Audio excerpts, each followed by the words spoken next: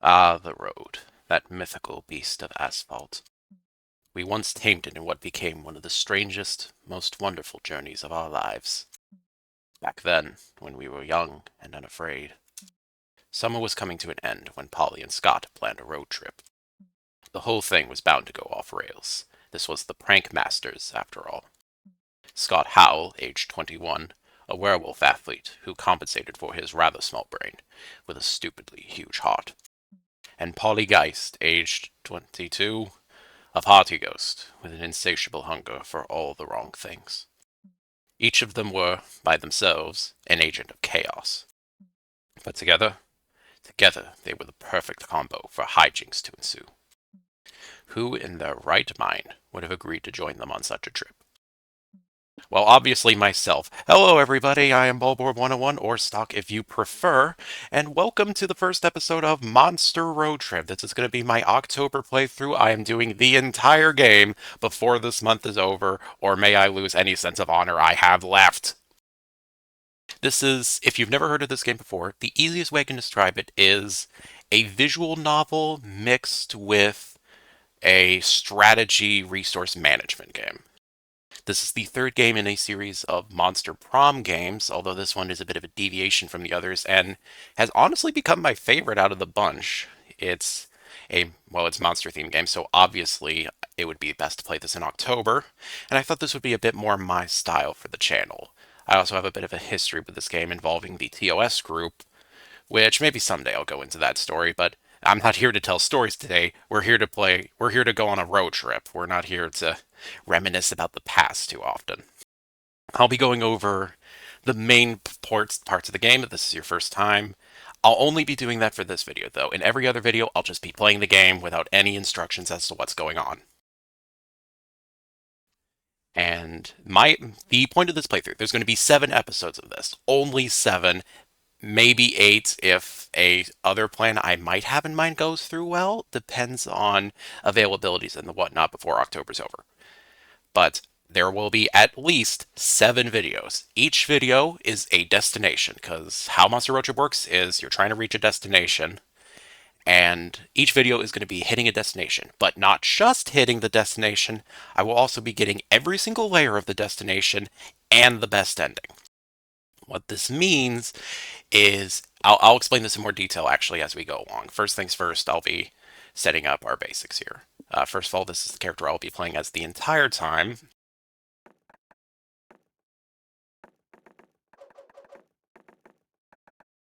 There we go. I am a he, I am not a they.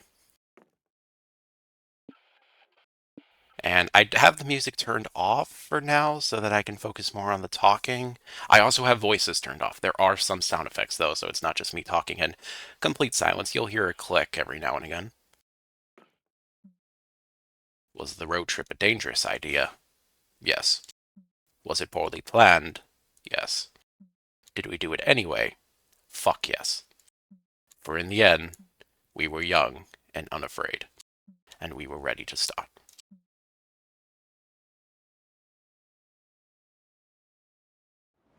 Alright, welcome to the road. This is the main part of the game.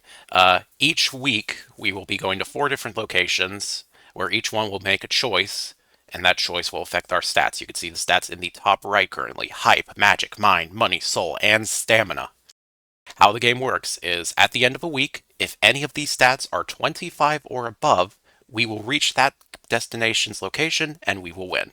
If a stat, however, hits 0 at any point, even in the middle of the week, you instantly lose the game. So it is managing your resources, getting one high enough to reach a destination, but making sure none of them hit 0 so you don't die along the way. So each time we'll be looking at a destination and figuring out where we want to go from there. Rodeo is a perfect place to start, since for this first video I will be going for the hype destination.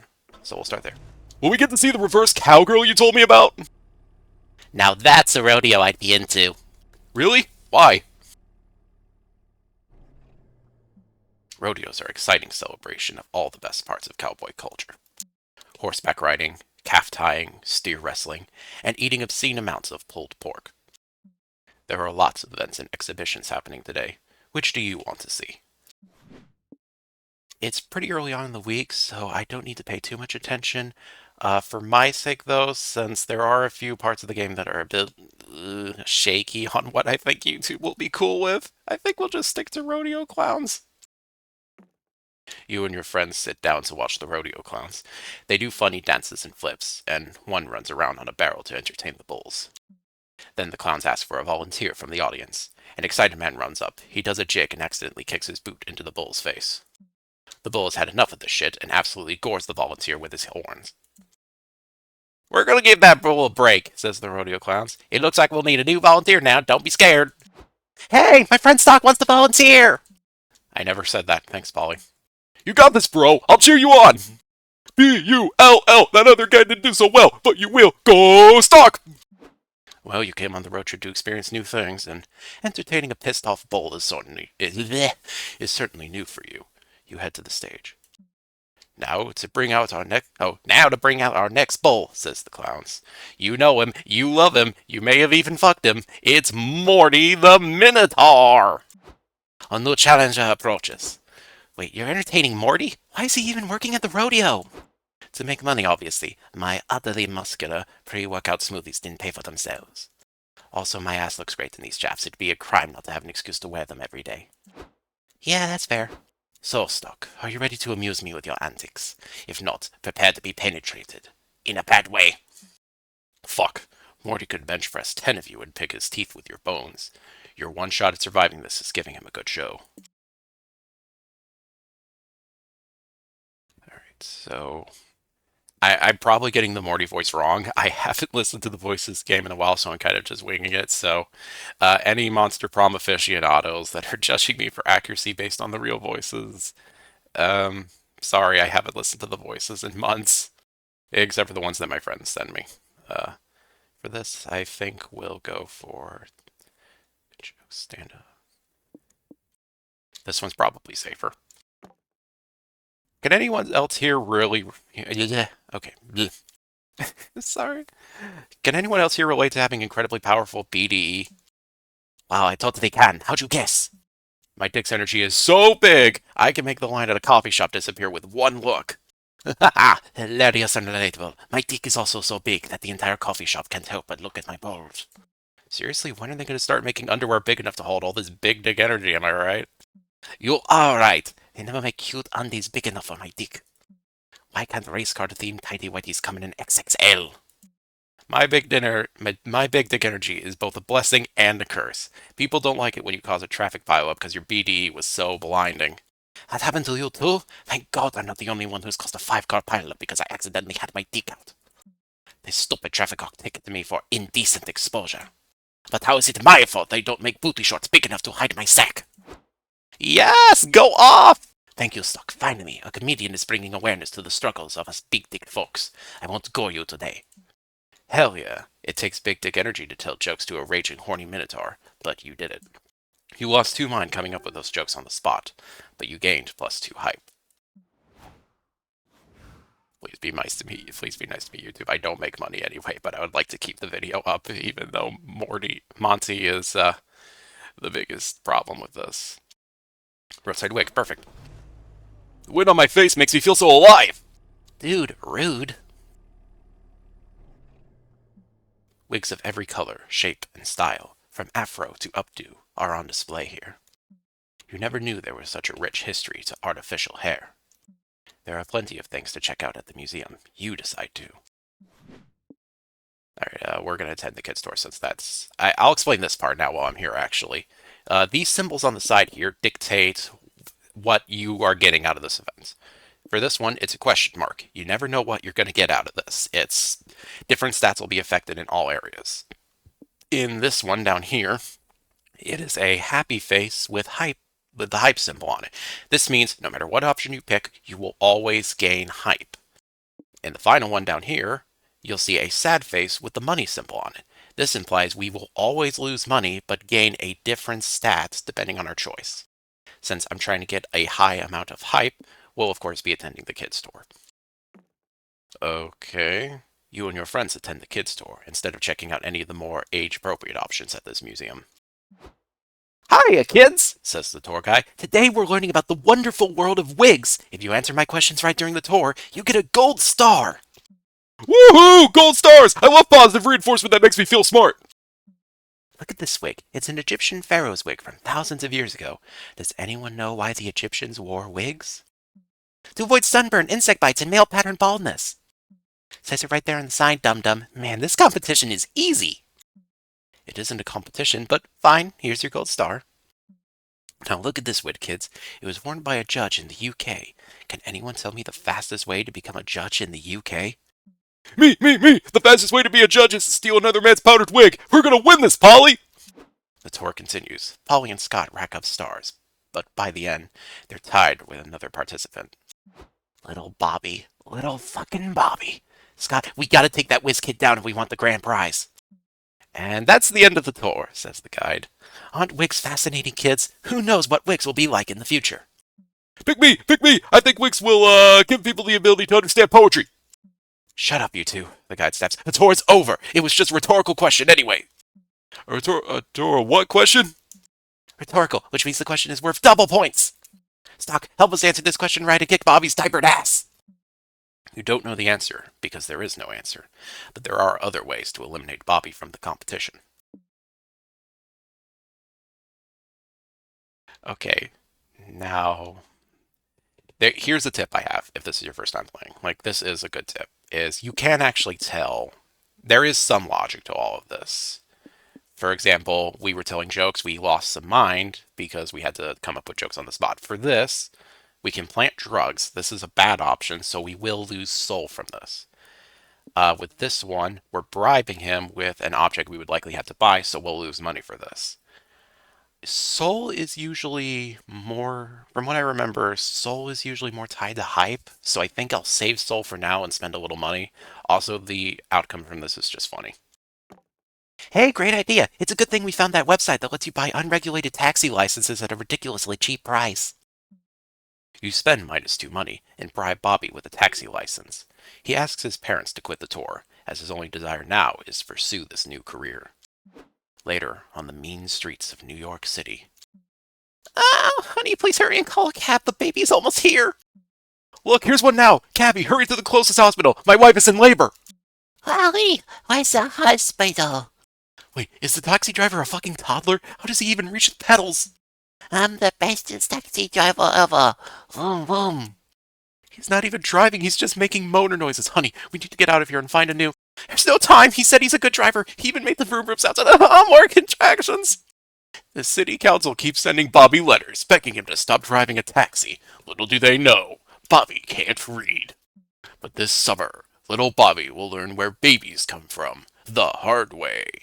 Taxi Bobby, Bobby Goes Vroom Vroom, is coming soon to a theater near you. Pre-order your tickets now for a +2 hype voucher. There is an achievement in this game because there are multiple endings that involve those movie trailers and involving getting people taxi licenses. Abandoned village. But if we are there, is it still an abandoned village? I think this road trip is giving you a bad case of deep thoughts, Scott. Wow, there is nobody here. You've been wandering this village for a bit and haven't met another living soul. What could have happened to all the inhabitants? All their stuff is still here.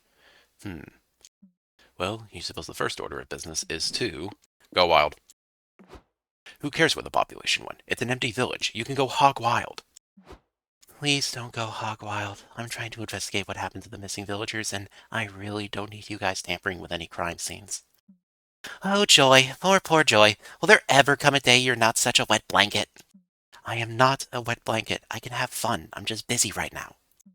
So busy you can't ride bikes around the industrial plant with us? Or sneak into an R-rated movie without buying a ticket? Or raid an abandoned ice cream truck and eat so many blue raspberry popsicles your pee is blue for a week? That's your idea of fun? Are you 8 years old? Whatever. More fun for us. Hey, stop egging cop cars, you guys. I understand the sentiment, but I need to concentrate on my investigation. Seriously, Polly? You're just gonna write Joy sucks in egg yolk? Real mature. You know, if there's an evil villain here making populations vanish, I might be the only witch powerful enough to stop it. You're being really rude for preventing me from... Oh no, I knocked out Joy with my egg. She was supposed to catch it with her hands, not her forehead. Oh well, she was being lame anyway. But I'm bored now, Stok. Got any suggestions for what we could do with this empty town? Let's see.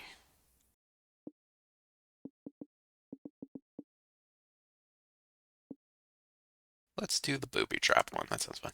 Yes! The prank masters take over the whole town. It'll be legendary.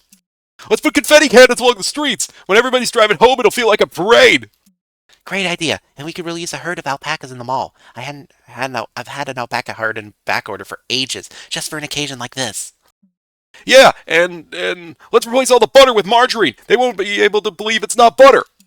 Stellar prank. Ooh, let's take a pic behind the front door of every house and fill that pit with snakes. When people come home, they'll be all, dum-de-dum, I'm walking inside now, they suspicious. Ah, a pit full of snakes! Classic! 3 weeks later, when you turn on the news. In breaking news, the residents of Hopsville are finally returning after they were unexpectedly evacuated during a severe weather event.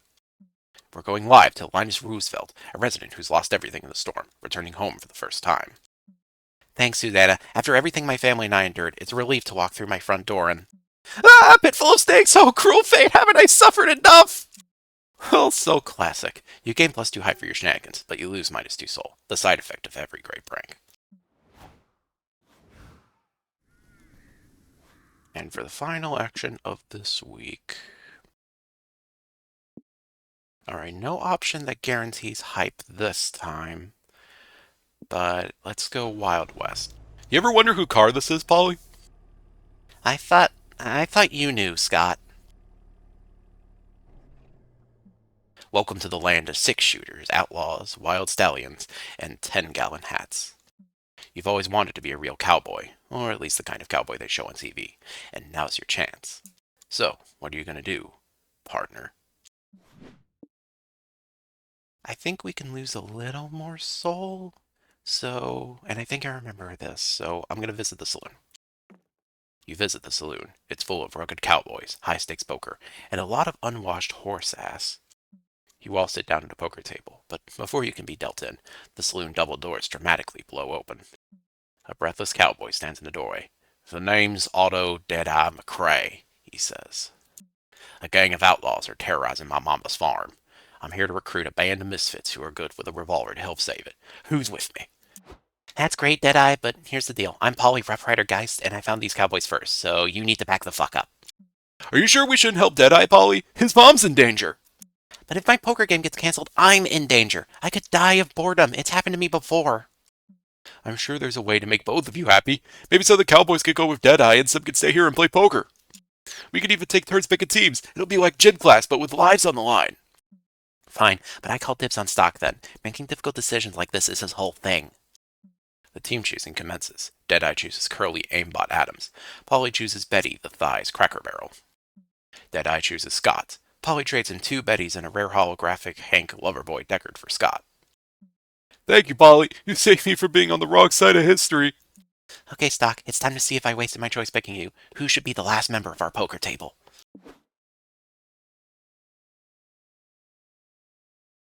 Okay, I remembered this wrong, because that's stamina. That's money, I believe. We'll get a group. I think we'll do a boost in money in order to save soul. Or get a lower soul so we can try and get that back later with the other stats. Ha! You're in for it now. Everyone may call me Reginald the very bad gambler Rosa knew, but tonight I'm gonna prove them all wrong. Look, my luck's already turning around. Behold, a straight with 2 4s of spades. So, you cheated. No, I didn't. What are you talking about? Cheating isn't even real. You're crazy. Drop the act. Those aren't 2 4 of spades in a poker deck, wise ass. And 4s are useless anyway. You didn't even cheat right. Also, it doesn't matter because I've got a royal flush. Better start calling me Polygraded Poker Geist. Ooh, do we get to pick our own nicknames now? I want to be Scott Howell Howell. You've played several rounds. Polly lives up to her name. So does Scott, for what it's worth. Reginald, also true to his name, plays 5 2s, an Uno wild card, a round of blackjack, and for some reason, rolls a 20-sided dice over the course of the night. You also quickly learn his tell. He winks right after he bluffs. It gets even easier to notice when you've gotten him drunk and he starts saying wink aloud. You take Reginald to the cleaners and end up +2 money richer. Nice. Unfortunately, you lose -2 soul because you played poker instead of helping Deadeye. I heard his mom had to take out a second mortgage after his farm burned down.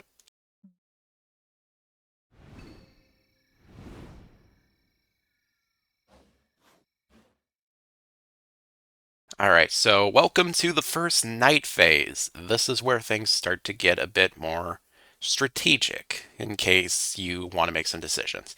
All 5 of the options you can go to here do a different thing. If you go to the car, you could do a planning, which means you could do a careful planning, which allows you to raise your lowest stat but lower your highest stat, or a careless planning, or a reckless plan, which is you raise your highest stat but lower your lowest stat. This is the noodle stand. If you go here, you can trade in an item for another item. Now you're thinking, but you haven't collected any items. You start with 4 items. And what they do, one item lowers 2 of a stat, one item raises 2 of a stat.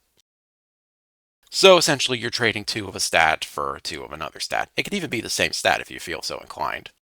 Up here is the bench. Here you can talk to Polly or Scott, either to get their hitchhiker bonus, which I won't be showing personally because I think it's a little much, but if you're going for a date ending with Polly or Scott, you'll have to deal with it.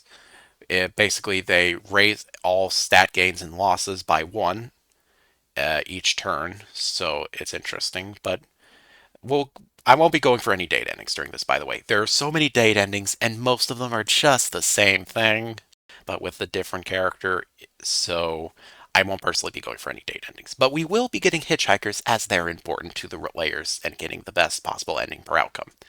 This is the info board. In here, you can call a hitchhiker of your choosing, which we'll be doing tonight, or you could pick a location that will appear on your next week. And finally, at the bus stop, you can pick up a hitchhiker, or you can talk to a hitchhiker you already have. Now, the reason I'm not going straight to the bus stop to pick a hitchhiker is because in order to get the best possible ending per destination, you need a specific hitchhiker. So I'm not willing to take a gamble and hope that the one we need is there on the first week. If they are there, you can technically do this in the same amount of time because you need to get to week 5 before everything is said and done. So we'll be going to the info board and calling the hitchhiker we need to get the best ending, which in this case is everyone's favorite spicy red baby, Damien. And we will be picking him up in the night phase of next week. Now, we raised our hype a lot last week, so for the rest of this week, I'm going to be trying to keep all my other stats above a 7, because another part of the destination is you can get an awesome ending, a good ending, or a bad ending, based on how high your lowest stat is. I'm playing on the easiest difficulty, which means it's easier to not die, but that also means I can't have any stat below a 7. So I'm going to be spending most of this week keeping myself above the red. Although I think I will do one more hype bonus by going to the Battle Royal, since I don't see anything that raises soul. Polly, can I stick my head out of the car? Scott, this is a convertible. Your head is always out of the car. Whoa! Sorry, my headset was falling off. Welcome to the Battle Royale, where there are only 2 rules. Kill or be killed. Stopping to visit this place where everyone's murdering each other was a sort of questionable decision on your part. But it's too late to leave now, so how will you survive? We will be going berserk, of course, because that is the hypest thing to do. That's right, you didn't come here to play. You're here to make this bloodbath your bitch. Are you sure about this, Stok? Will we lose lots of soul by killing innocent people? Are they really innocent if they're trying to kill us first, though? Besides, we signed those waivers at the entrance, protecting our soul from being lost in wanton murder. Thank you, convenience. Oh, okay. I'm fine with killing people as long as we can do it with a healthy conscience. You enter a fugue state. That's actually, I don't know that word. We'll say fugue state, that sounds right. Slaughtering fools with guns and knives and bare hands and anything else your twisted heart desires. But no matter how many people you kill, every time you look at the death toll leaderboard, there's a name consistently ahead of yours. Hey, Stok! Look at you holding on to second place like it's your mother's skirt. I'm almost impressed. But if you came here thinking you'd defeat Dahlia Aquano, Buff Blue Bower more... Buff Blue Warmongress Extraordinaire, you've got another thing coming! You can beat her, Stok! Use your underdog candidate powers to win at the last minute! No offense, Stok, but I'm putting my money on Dahlia here. I saw her smash a watermelon with a headbutt once. I don't think there's an ass she can't kick. What are you idiots doing? Are you seriously turning the soulless murder fest into a game? Can't you see this whole battle royale is a ploy by our corrupt government to turn violence into entertainment so we won't notice all the atrocities they commit? If that's true, then it's working. I am massively entertained! Batness probably has a point, but if you start catching morals now, you'll never outmurder Dahlia. The thing is, Polly's right. You'll never defeat Dahlia in sheer body count. But if she's focused on quantity, maybe you could defeat her by going for a quality kill. Let's see.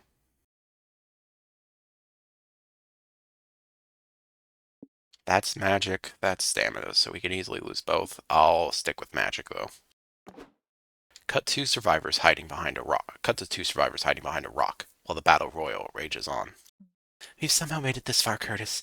With our alliance and a bit of luck, we might be able to win this wretched thing. We've got this, Ted. We just have to stay vigilant. If we just make it to the river, we can... Curtis is cut off by a bullet, cleaving his skull in two. So much for vigilance. Then, something bursts out of the bushes. It's you, Stok, wielding a knife. Fuck it! Tim screams at you. You already got my boyfriend. I don't care anymore. Just kill me! Wait, what are you doing? Why are you drawing glyphs on that cardboard box with my blood? Ted dies before you can answer him, and then, with -2 magic, he wakes up inside the cardboard box. But something doesn't feel right. Whoa, a newcomer, says a voice in his head. Welcome to the Raccoon Collective. The Raccoon... What? What are you talking about? Ted cries. You were stabbed to death by that weirdo who drew ghosts in your blood, right? Yeah, that person was adding your soul to the body of a dead raccoon. He ain't paradise, but we gotta make do. We all control a different part of the raccoon and try to work together.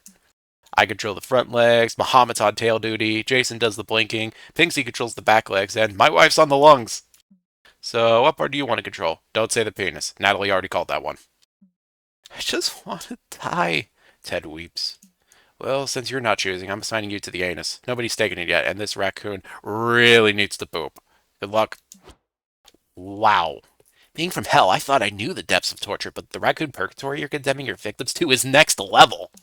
I know when I'm beat. Here, take the spoils of our battle. +2 hype for you. Okay, we really need to start saving our stats. Oh, perfect, soul up. Polly, listen! Wouldn't it be funny if they called it Fart Station? Yes. Gas stations are overpriced, full of pollutants, and their dirty bathrooms seem to invent new diseases every day. But they're a necessary evil if you want to make your car move. Welcome to the road trip life. So, what do? We'll be using the restroom, of course. You're sitting in your stall, getting all your farts out, when there's a knock coming from the stall to your left. Hey, I hate to bother you, but I need some toilet paper. I wouldn't normally do this, but it's a funny story. Is the funny story that you ran out of toilet paper? Hey, good guess. So, can I have some? You give him a wad of toilet paper and he leaves you alone. For about 30 seconds. Hey, buddy, so funny story. I went to light a cigarette and dropped my lighter in the toilet. Could I bum a light? You pass him a lighter and hope that'll be the end of it. It isn't. Hey there, old buddy, old pal. Still there, huh? Must be a big shit. So, can I borrow an umbrella? It's a funny story. I think it's gonna rain later today, but I left my umbrella at home. Oh, and hey, do you think you could help me solve my crossword puzzle? Funny story, I've been a crossword champ since I was 12. It's kinda my thing. My strategy is doing them in public restrooms and asking whoever's in the stall next to me for help with the solutions. Genius, right? Anyway, I need an 11-word for navel. Any ideas, buddy? You suggest belly button. You also ask if he's got any other favors or funny stories for you before you get back to doing your business. Oh, I'm glad you asked. See, it's a funny story. I've been keeping a list on the back of my crossword just in case I needed anything else. A hand passes you a crossword over the stall with a list of things on its back. Which of these can you give to the stranger? Let's see. That's probably hype. That's mine. And that's stamina. We can take a hit on stamina. Hey, thanks, pal. You're doing me a huge solid. Just let me finish dropping this huge solid and we can get going. Gross. What the fuck is wrong with you, Stok? Honestly, you get harder and harder to narrate every day. How am I supposed to say Stok piggybacked the stranger he met in a public toilet into the sunset, and have anyone take me seriously? This is great, pal, but could you go a little faster, like at a gallop maybe? And could you maybe whinny like a horsey? You gallop the stranger into the countryside. There, you find a tea party with several other people being piggybacked.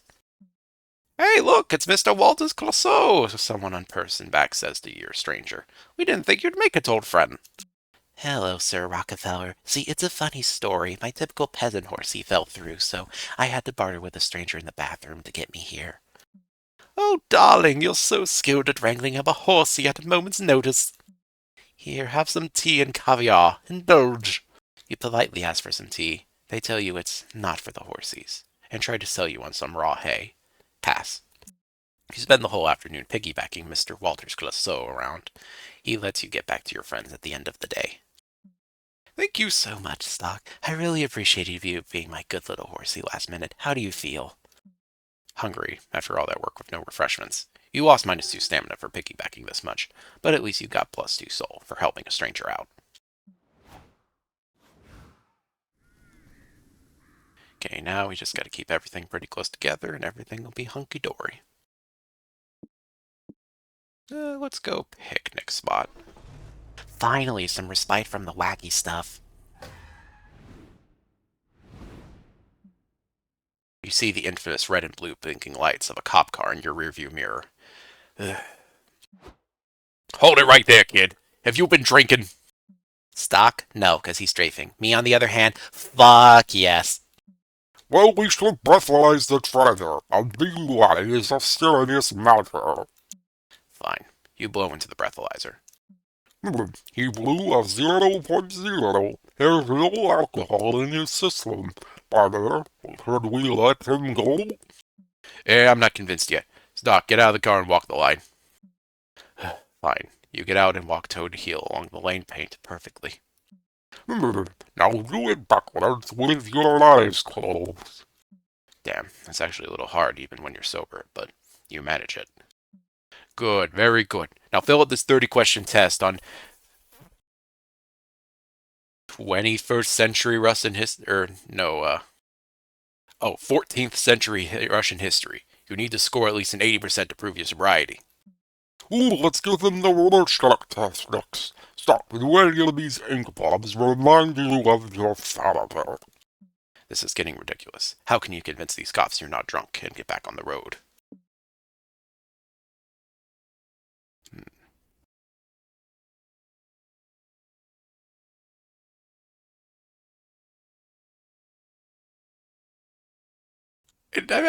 I've only gotten this event once, and last time I texted my ex, so this time I'm just gonna see what this is.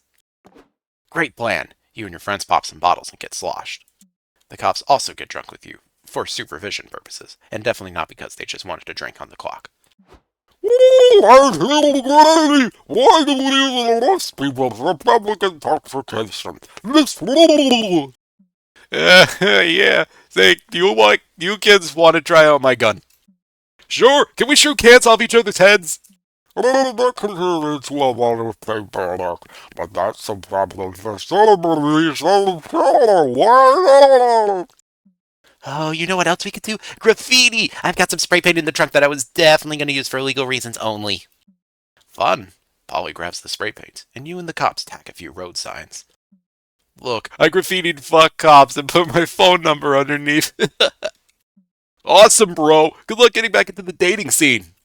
And I wrote a cab. Do you know what ACAB means? It's what the kids say these days, right? I cleverly figured out it meant bottle cheddar and appreciate buddy clubs. It's true. I do appreciate you, partner. I appreciate the fucking hell out of you. Alright, kids, you're in the clear. You were obviously sober before, as you weren't nearly this much fun then. We better get back to our jobs. There's been a bank robbery in progress for like half an hour now. See ya. Drive safe.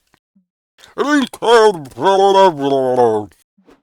leave, and after waiting a couple hours to sober up, so do you. You lost -2 mind from all the alcohol consumption, but the +2 hype you gained was worth it. The sun is shining, the birds are singing, and the ants are eagerly anticipating eating your scraps. What a perfect day for a picnic. You've got your picnic basket and your checkered blanket. All that remains is deciding what to do now that you're here. Now we're getting really close on hype, so I'm going to do something a bit weird. You've got the picnic basket of food, you've got the nice day, and you've got the friends to enjoy it with. You just need to decide where to spread your checkered blanket. Don't worry, guys. I know how to find the perfect picnic spot. We learned all this in Monster Scouts. The first step is make sure your spot has nobody else's pee on it, because it's rude to picnic on a spot someone else already claimed. The perfect picnic is also best enjoyed with 3 to 6 friends. Good thing we're somewhere in that number. Let's look for a place on a high hill with good air. I'll lick my finger to test the wind while we walk. I've seen people do it in the movies. Whatever you say, bud. I'll just follow you around until you find a place we can sit. You indulge Scott in his picnic spot hunting antics. He finally finds a patch of grass deemed suitable, and you dig into sandwiches and potato salad. Oh no! I forgot the most important step of finding a picnic spot. Bear-proofing the surrounding area. Whoa, is that a bear with a gun? That's my second favorite excuse for how I died. Oh no! The bear isn't just stealing the picnic, it's robbing the picnic! This is a stick-up! You can have the picnic, Mr. Bear. We don't want any trouble. The bear doesn't seem sold on those terms. He gestures the gun at Polly's bottle of honey mead. What? You want to steal my booze too? No way, Winnie the party pooper. Over Stok's dead body. You're not willing to die for mead. Intercede and save the day before this bear lights you all up. I think this raises hype, otherwise I would. But I'm trying to lower hype, so that's why I'm picking this, because I remembered this. Using your powers of empathy, you appeal to the bear's emotional turmoil. You tell him that you get it. You really do. He may want this picnic, but he doesn't need it. These sandwiches and sodas won't bury his inner pain. But you can give this bear what he really needs. A bear hug. The bear remembers being the runt of the family, neglected by his emotionally distant bear dad for being scrawny and weak. He reflects on trying and failing to find a job. Nobody's hiring bears these days. He's struggling to make ends meet. His bear wife berates him for being unable to provide for their cubs. He can barely afford the rents of their cave. Damn forest gentrification. He wandered the forest after a particularly nasty marital dispute. He was hungry, frustrated, filled with rage at an unfair world. The bear remembers passing a box of firearms with "Free Guns for Bears" written on the side. He knew what he had to do. A tear rolls down the bear's snout as you hold him. He pats you on the back and walks back into the forest for some much-needed introspection time. So, you solved the bear's problems with compassion and understanding. Lame. I mean, don't get me wrong, I appreciate you saving my mead. Oh, and Scott's life too. But that was objectively the least interesting way you could have gotten that gun out of our faces. Sheesh, a simple "thanks, Scott" wouldn't go amiss here. Or Stok. I'm gonna say I'm proud of myself for that one. Wouldn't go amiss here. You know in your heart you did the right thing, and despite losing -2 hype, you gain +2 soul for helping the bear. I hope I don't do that anymore, because there's going to be a character named Scott, and I'm from Stok, so...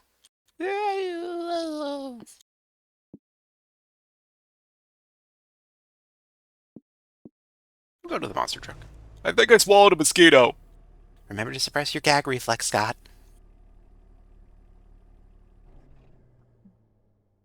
Nothing says fun like 2 huge trucks on huge wheels wrecking the shit out of each other. The stands are filled with cheering, hooting fans, ready to see some vehicular carnage. As for you and your friends, you're ready to... we'll just...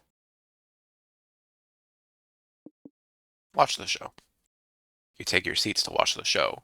Scott is about to eat a chili dog when he gets tackled by a cloud of football helmets and fur. Bro, you made it!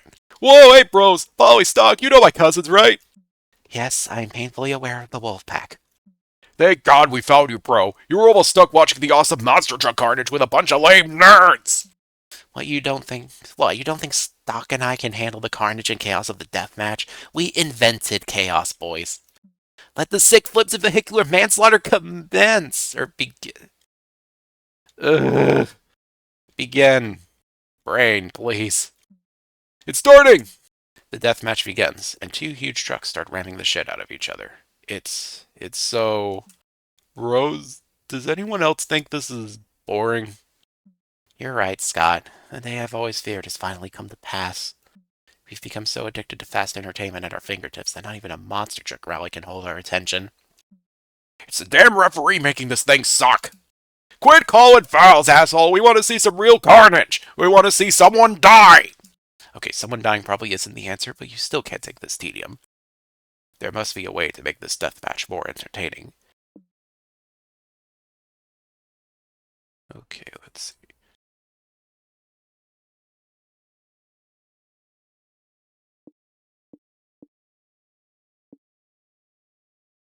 That raises soul. That probably raises money.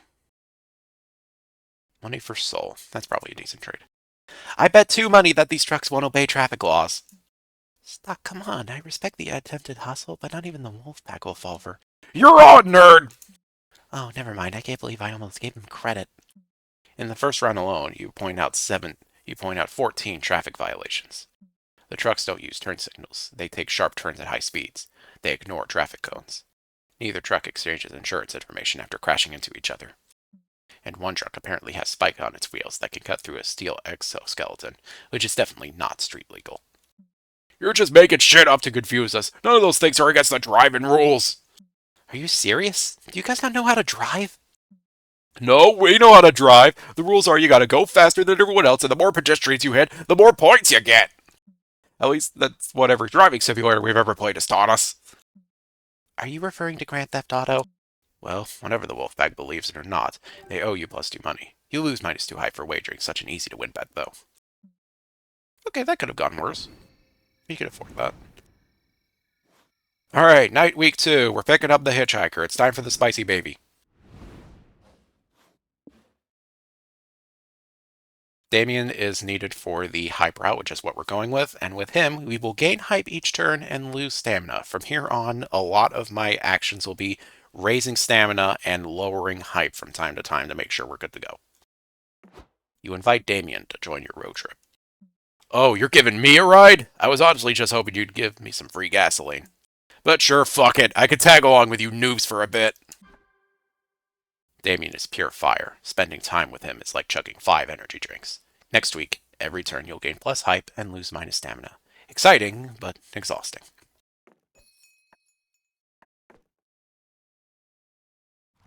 Alright, and also here is when we will get access to the other part that we need in order to get the best destination possible.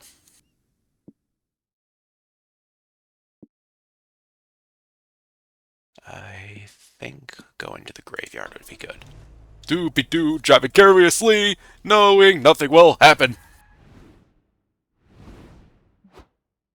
Yeah, you just reached a high amount of hype. Good for you. Does that mean you're aiming for the hype-based destination? If so, there's a wacky adventure that could unlock a layer for that destination. Want to go for it? And yes, we do want to go for this. Great. The adventure will be waiting for you on the road. Sorry for breaking the fourth wall. See ya. And now, every week, in the road, we'll get a road event, which will help us reach a new part of the hype destination.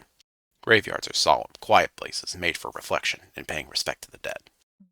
If you're a snooze fest, but you're with Polly and Scott, which means a graveyard is the perfect place to play a prank.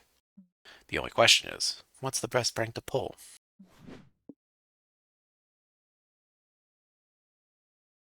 Let's see. Let's crash a funeral. I want to play it safe. You find your friends and tell them you plan to crash a funeral. They're immediately on board. Ah, funeral crashing. One of my favorite pastimes. It's like wedding crashing, but for ghosts, geriatrics, and thrice-widowed girl bosses. You all crash various funerals, wreaking all sorts of mourning havoc. Then you walk in on someone's eulogies, which, of course, Scully and Pod want to crash too. Scully and Pod... Scott and Polly want to crash too. Nothing is sacred. Oh yeah, the deceased and I go way back. We made out in a bathroom stall at a club in Amsterdam. It was the second best hookup I've ever had that started with accidentally walking into the men's restroom. Me and the deceased were best friends. We met at the zoo and had a really great conversation, and we met up there again every day for months. To be honest, I don't know what I'm gonna do without Mr. Flippers in my life anymore. Scott, honey, we're not in Mr. Flipper's funeral. It's been a year since he broke out of his exhibit and got eaten by polar bears. You have to let him go. Okay then, says the pastor. Who's on next on the eulogy list? Stok? No offense, sir, but given the eccentric eulogies that we've heard today, we want to make sure you actually know the deceased before we let you speak. Damn, you were just gonna say they will be missed and get back to eating cream puffs. Now you gotta come up with a lie on the spot. Let's see. That probably lowers hype, so I'll go with that. You say your piece. Sure, you didn't know the deceased, but honestly, did anyone here truly know them? Yeah, says one woman. I wasn't a stranger to Gary. He was my father. Take your pseudo-philosophical bullshit somewhere else. The crowd boos, and you hang your head and start to leave, but then someone runs up and cries, Stop! We need to listen to Stok's wisdom! Oh, great, Gary's daughter sighs. Now Drunkle Philip is going to preach to us. Hey, I may be a drunk, but I know one thing. We were all strangers to Gary. Think about it. We knew Gary on the surface, his favorite sports, his terrible Chuck Norris jokes. But did any of us truly understand Gary's soul? Who in your life can you truly say that you know? Your loved ones are like onions, normal on the surface, but once you peel away the layers, you're crying and in pain, and you wish you'd just ordered takeout instead. And now I'm really craving takeout. What was I saying? Oh yeah, the Stok's right. You're all wrong. Kiss my ass. Uncle Phillips throws up 2 middle fingers, then falls on his face, getting off the podium. At least his embarrassing moment gives you a chance to slip away. Wow, Stok, that must have been really profound because I didn't understand a word of it. It wasn't. Stok's eulogy totally sucked. You should have known that telling the truth is the worst way to start a prank, boo. Well, they say honesty is the best policy. What they often don't tell you is also the lamest policy. You get +1 soul, but lose -1 hype.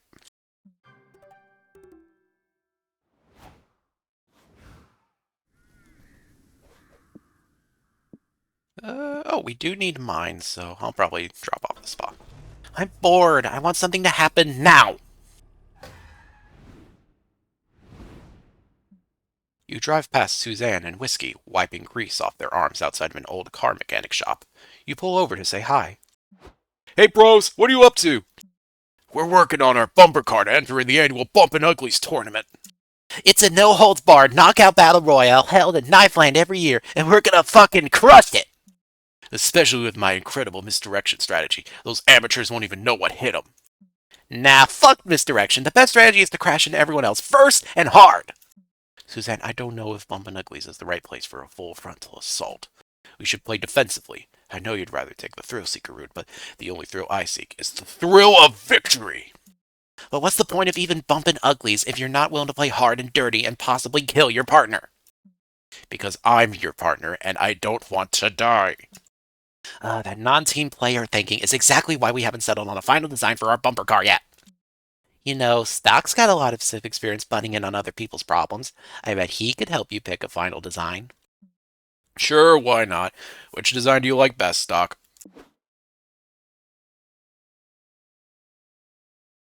Okay, I don't know this one too well. I've only done this path once. I did the eels. I forget what that gave us, so... This probably loses soul, but we'll see what it gives us. Fuck yeah, that was my idea. You have excellent taste, Stok. I call bias. Of course Stok could tell it was your idea. It's so like you to use a deceptively adorable exterior to hide a badass interior. I'll take that as a compliment. Even if Suzanne's not enthused, you're confident that the baby on board is the smarter strategy and gain +2 mind for your keen insight. Nice. Thank you, Convenience. Later at Knifeland's 12th annual Bumpin' Uglies tournament, a team of banshees are competing in the bumper car battle royale. Someone's coming up on our right, the one at the wheel shouts. Wait, is that a giant baby?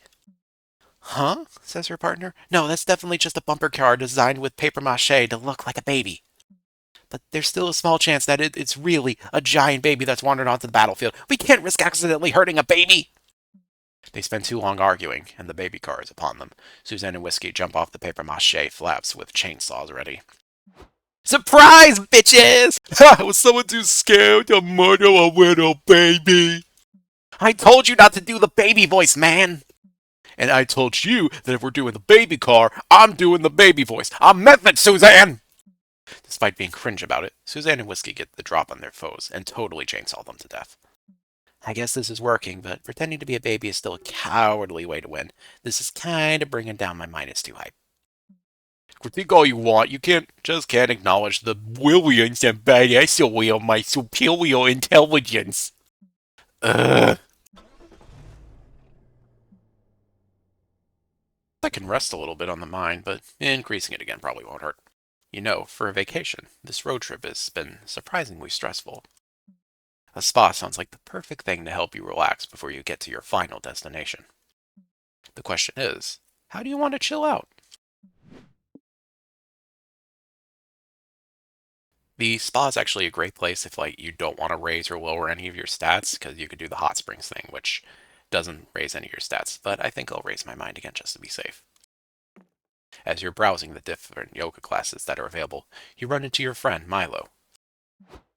Hello, darlings. Are you joining a yoga class too?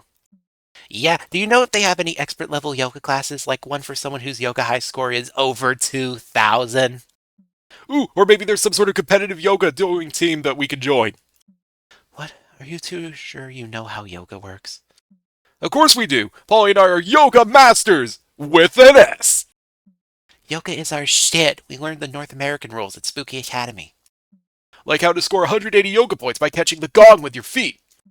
And I learned some of the advanced NSFW yoga poses from Master Downward Doggy Style on fans exclusively. I bet they don't teach you the make a child pose in any of these vanilla classes. They definitely don't.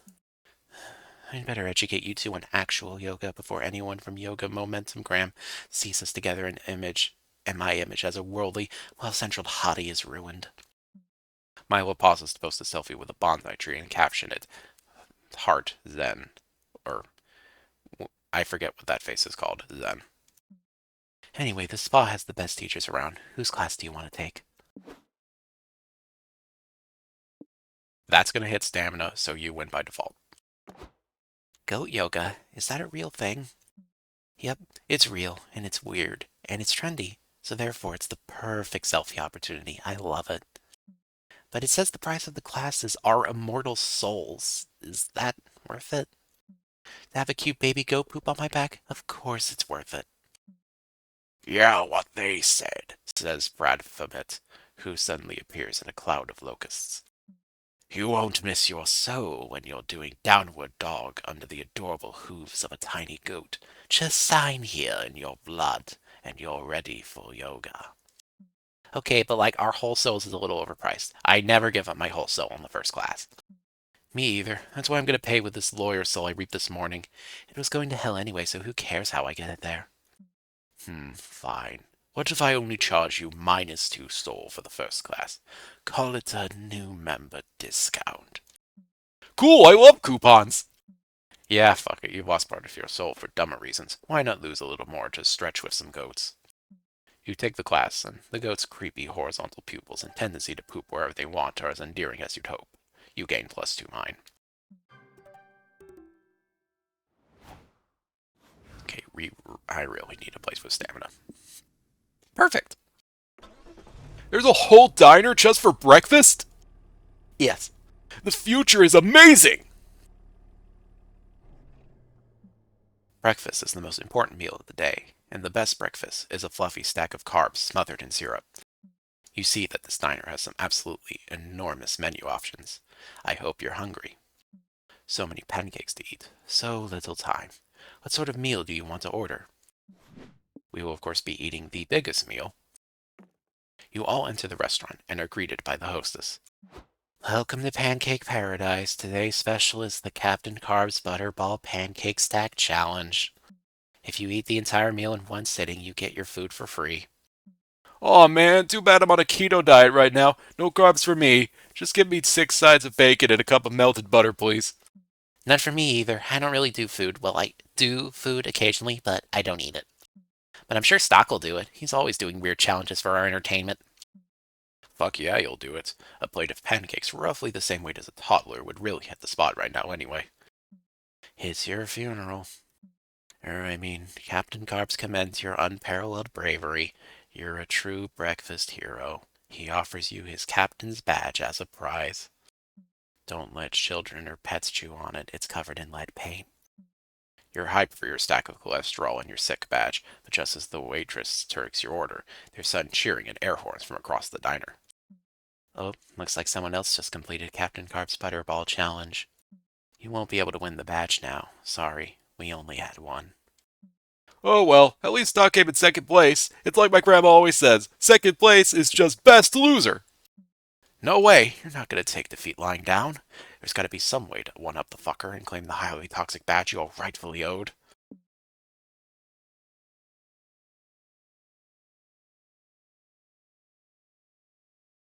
Out of everything in this game, this for some reason makes me the most uncomfortable, so I'm eating the champion even if this doesn't help.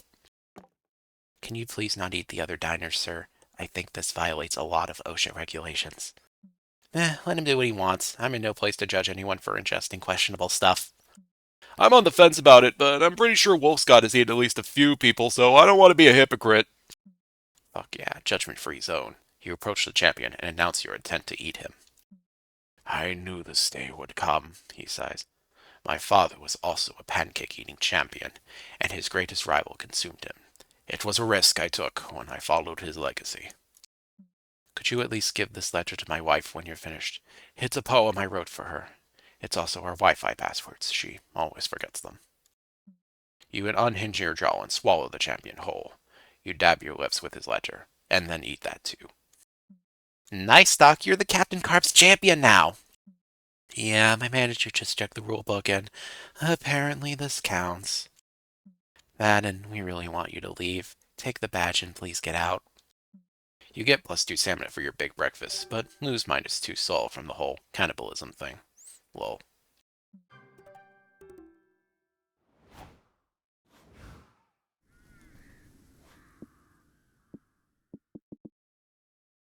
Don't really need money, so back to the motel. Ooh, the sun's hitting hard today, isn't it, bros? Yeah, fucking sun. Someone should hit it back. I keep forgetting the Damien voice. After a long, exhausting day of sitting in a car, you're ready to turn in for the night. Time to choose which mundane activity to do before going to sleep. Surely Polly and Scott will find a way to make it weird. More stamina! No way you're going to bed on an empty stomach. You decide to order some pizza. Trouble is, none of you know any of the local restaurants around here. Best way to get pizza is to call and order it. We could call a random number and see if there's pizza.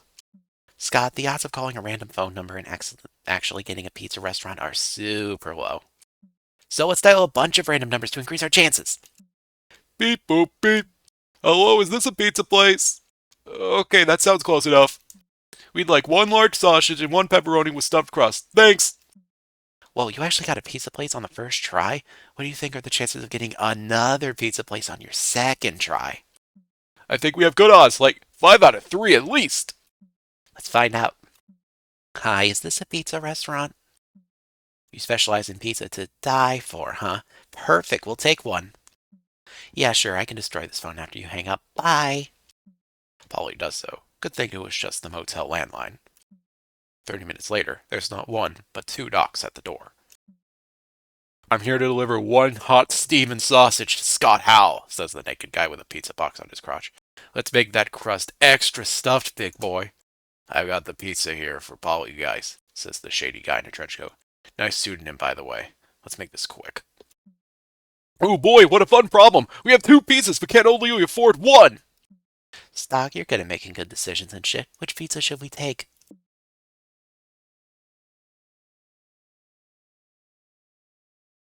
We need stamina, so I'll go for this. You let the shady guy inside. He says, alright, let's get this over with. You give me the stuff, I'll give you the pizza. Why do you keep using air quotes like that? Because pizza is probably code for something else, like drugs or illegal ferrets. The guy undoes his trench coat and holds it out for you to see. Each pocket contains slices of pizza. Not in boxes or anything either, just loose pizza. You want it or not? Sure. Gotta try the slice. Polly does too, because she's not entirely convinced this isn't drugs yet. It's the best pizza I've ever had. Is the secret ingredient ferrets? I never knew ferrets tasted so good. Surprisingly, there aren't any illicit substances in this. Why were you calling it pizza if it's just regular pizza? Because it isn't pizza. It's pizza. It's pizza that's so damn delicious I can't legally call it pizza. And it isn't expensive either. The only price is me taking some pics of you eating it that I may or may not use for future blackmail material. Oh, okay. Take the photos from my left. People say it's my good side. If you upload these to the dark web, remember to tag me. There is definitely something incredibly shady about all this. You could feel it in the -2 soul you lose. But hey, you got your fill of pizza, so you gain +2 stamina.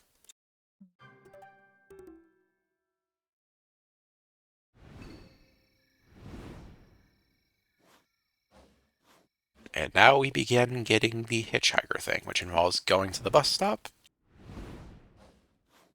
And now we're going to talk to Damien.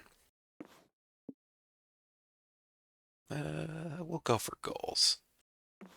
Dude, that question's lame. But I actually do have 1 or 2 goals for this year. I sorta want to get a tattoo. It'd be pretty metal, huh? What am I saying? A fucking course it'd be metal. Thing is, I'm not sure what I should get. Do you have any ideas? Yeah, maybe a knife, or a knife stabbing another knife, but with a gun. Like this. Check it out. I sketched out how it could look. Ooh. Or maybe a cool statement. Like, born metal. Or fierce and fabulous. Those all sound cool. Right?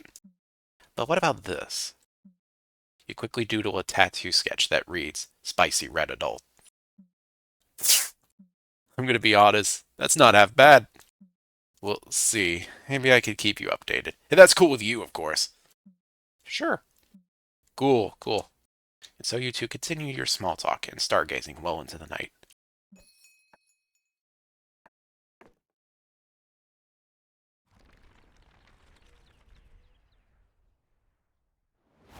Okay, I believe yeah, we're going to need some soul in the future.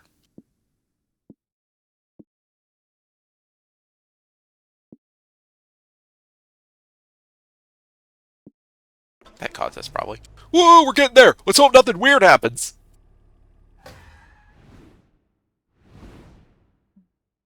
You're driving along when you see Kale and Abdu at a gas station.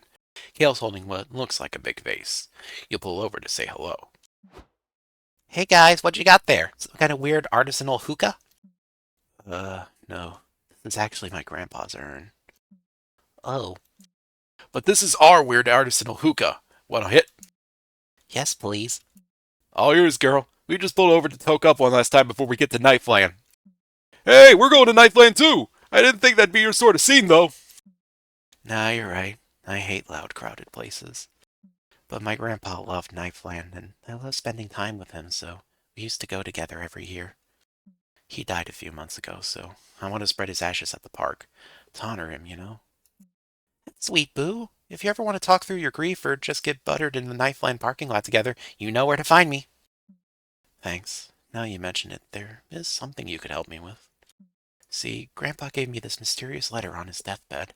He said it was important. But he had an awful handwriting, so I can't read it. I know it's a shot in the dark, but can any of you figure it out? Sorry, bro, I can't make this out. Did your grandpa write this in Russian? Cursive. Yeah, no way can your Zoomer ass read old man cursive, but you're not out of ideas yet.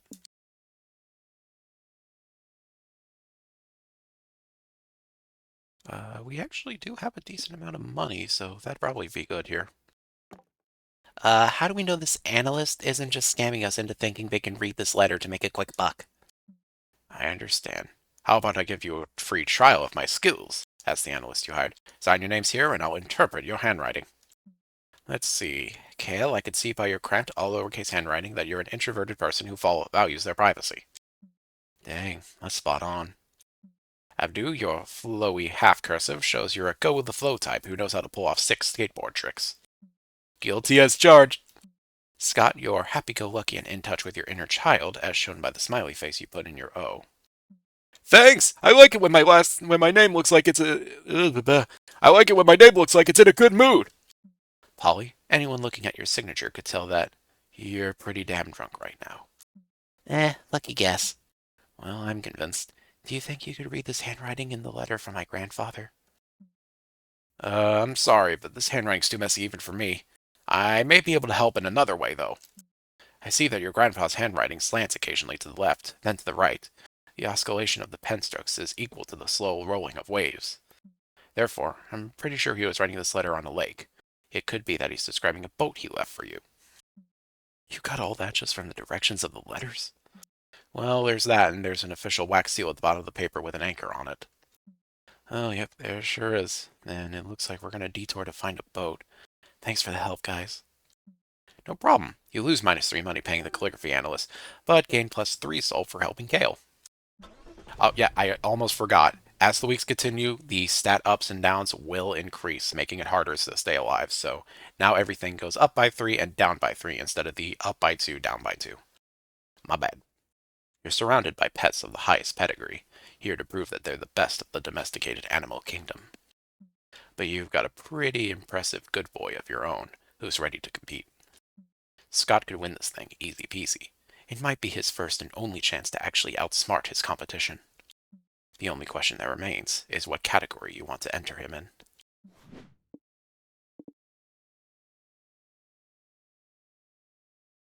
I'm going to go for this because you probably saw this before, but this symbol here implies that there's two options. You pick one, or there's multiple options. You pick one, it'll always go up by the amount. It'll always go down by this amount. This, on the other hand, will affect resources in a different way, where there's option where it'll affect it a little bit, a moderate amount, or a lot. So we're going to go do this as a safer bet. You all enter Scott into a pet contest. He's very excited about it.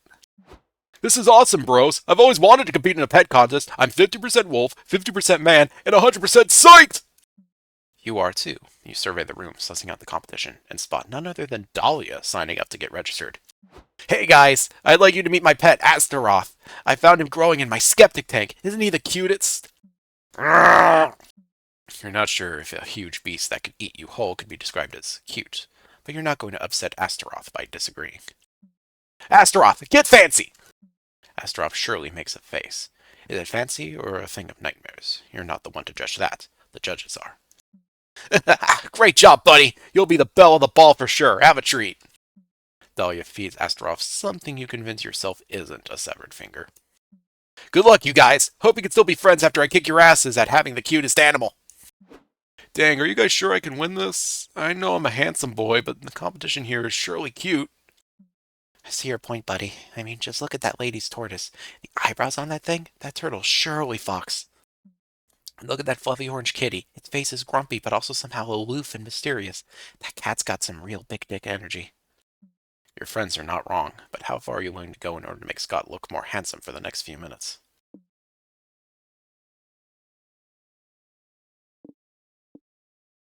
That would increase soul. That's money.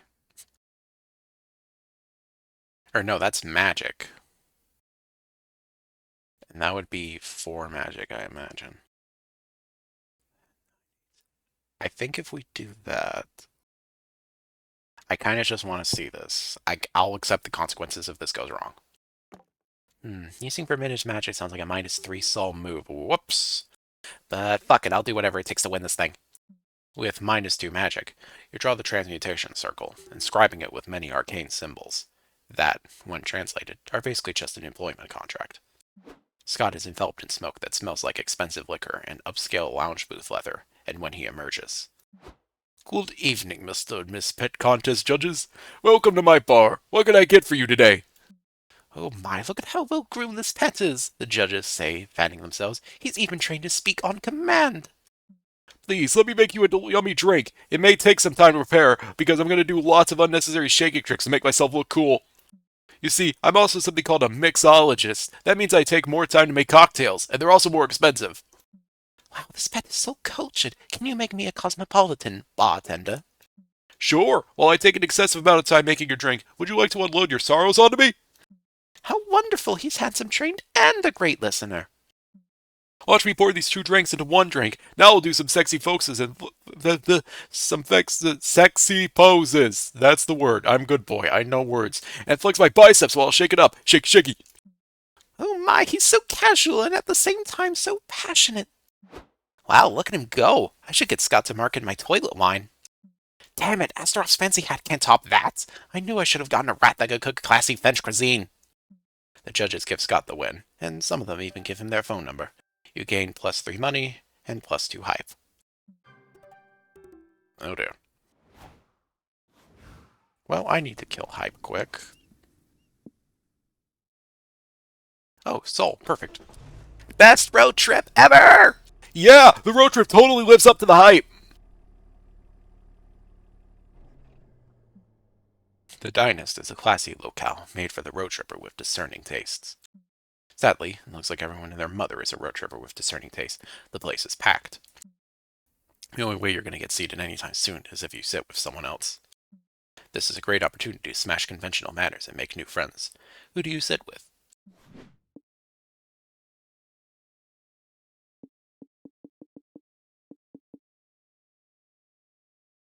Trying to remember. I'll go with this one because I don't remember the difference between the two. Owing to your famous lack of common sense, you and your friends sit with the scariest looking motherfuckers in the diner. Hi, I'm Scott, and these are my friends. I like your big trench coats and the fact that you're wearing sunglasses indoors. What's up with the crying guy sitting between you two? He looks like he's about to shit himself, and smells like he already might have. Well, well, well. Looks like our help has finally arrived for you, Johnny. This might be your lucky day. One One of the men slaps some duct tape onto Johnny's mouth. Ooh, kinky. Mama like it. Now here's the skinny. You's better have some serious dough for us. We need 1,000,000 smackaroos. Sorry, I don't have any smackaroos. I spent my last $5 on this pack of Pokemon's cards. Want to trade? I don't want no stinking cards. I want my fucking money. Nix the funny business, or I swear to God Johnny gets it. Wait, what counts as funny business? Only ha-ha funny business? What about exhale through your nose funny business? Are funny faces allowed? Like this one? What about this one? I also got this one. Not bad, Scotty, but can you beat this one? Yeah. As usual, Scott and Polly are useless at de-escalating a bad situation. Looks like it's up to you to save Johnny from these mobsters. Oh, okay, I remember now. Yeah, we're giving him the Alf socks. You're giving up your Alf sock collection, Stok?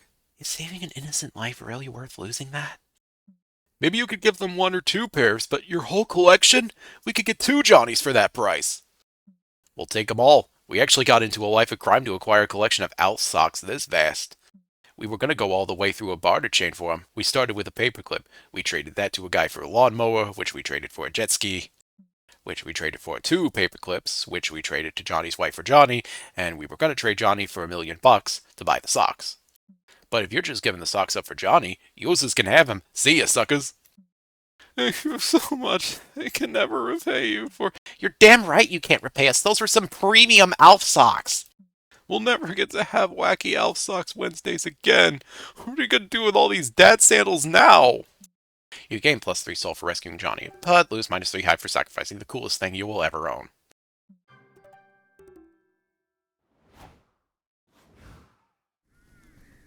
Okay. Stamina. Damien, stop stabbing the car. What is this? A dictatorship on wheels? You read about this diner in a listicle of the top 10 most cursed restaurants you should never ever visit. Obviously, you took that as a challenge. Seriously, after all the dark magic you've messed with over the years, you think you can handle a diner. So now that you're here, what do? Order food. You all enter the diner and sit down to order. Your waiter appears in a cloud of baleful energy and French fry smell. Welcome to Doom's Diner. Behold a den of shadow and rot, heavy with the weight of curses handed down from generation to... Yeah, we already heard it from your greeter. He's in the parking lot with his dick out screaming that the end of all diners is nigh. Oh, you mean Naked Dave? He doesn't work here. Oh, does he act like that 'cause he's cursed now? Nah, took the wrong kind of shrooms. But this place can and will curse you. Even the menu items harbor dark, forbidden magic that will permanently ruin you if you consume it. Yeah, speaking of the menu, if I order the Doomburger meal deal, can I replace my side with a beer and also my entree? Actually, I think I just want 3 beers. I want hot wings, please. What sauce do you recommend? Medio y Tabasco in Las Vegas, or literal blood, maybe? Haven't you people ever heard of heeding a goddamn warning? This food is cursed. If you eat it, it'll corrode you like a beast in repose. It'll twist your mind and sell your soul to the highest bidder. Shouldn't you, as a waiter and all, be selling us on the idea of eating at this diner? You don't seem to be very good at your job, boo. So, Stok, what are you gonna order?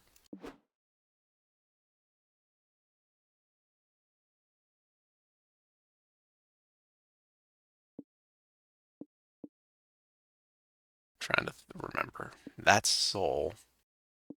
That's mind. I don't think that's going to be money. That's probably either magic or hype, so I'm going to go with soup. Fine.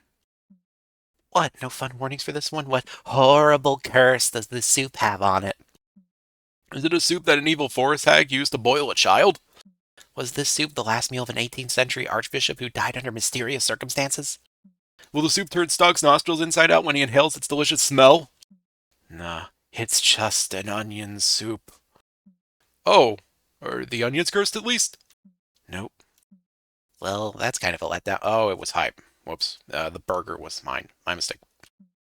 Man, everyone's a critic. You lose -3 hype with your lame soup, but it still tastes pretty good, so you gain +3 stamina. That does work, because we needed a little less hype, because we were getting close to maxing out on that, so that's probably good. Let's go to the Animal Sanctuary. The real curse of that diner was the nasty bathroom. Yuck. Welcome to the Animal Sanctuary. It even has a petting zoo. There are dogs, cats, goats, bunnies, alpacas, ducklings. It warms your heart to see so many animals being loved and cared for. Surrounded by all this wholesomeness and fur, what do you want to do? Cat Cafe. What's better than coffee and cute cats? You step into the cafe and see your friend Faith manning the register. Welcome to the Cat Cafe, guys. What brings you in today? I had to come see my favorite witch. Also, we've been on the road for hours, and if I don't get some caffeine in me, I will literally die. Polly, it's impossible for you to literally die if you're already dead. Liberal use of the word literally destroys its true meaning. I love it when you talk nerdy to me, boo. Thanks. And thanks for coming in and supporting the cafe. The cats here really love the attention and playtime. That's good, because I've got a pussy here that could use some playtime. Behold! Polly holds up a cat she befriended in the cafe. Okay, but for real, I was talking about my vagina, in case that wasn't clear.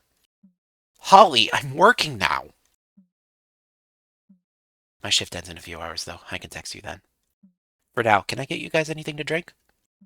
Yes, please. You didn't come here just so Polly could flirt. What do you order? Soul. That's probably not... I think this one's money. I think this is money. So, well, I'm going to do this one. Whoa, that's a weird looking coffee. Why does it seem so ominous? Cats like their coffee hyper black. It goes well with their grumpy, skittish, aloof souls. I mean, have you ever seen a cat get random zoomies at 3 a.m.? Where do you think all that energy comes from? Well, coffee for cats just became coffee for Stok. You'll take a cup. Are you sure, Stok? This is coffee for cats for a reason. Yeah, fuck it. You chose this option knowing the potential of your actions won't stop you now. You drink the coffee for cats and gain +3 stamina. That wasn't so fast, wrong. Faith worried you for nothing. You blink, and suddenly you're in the middle of the desert. Your clothes are torn and sweaty, and your heart is racing. The hell? There you are, Stok! Thank goodness we caught up to you. We've been driving after you for half an hour. Oh, that hit magic. They've been chasing you in the car, and you were outpacing them? How? It's gotta be that coffee. You are more wired than an electronics store. I'm trying to warn you, moron. A shot of cat coffee is worth for your blood pressure than a hit of cocaine. You could barely hear them over the sound of your pulse. Your soul was under siege by the caffeine. Your body wasn't made to handle this much hyper. Are you gonna die? Hopefully not, but at the very least, you're losing my... Okay, it was mine. Whew, thought that was magic.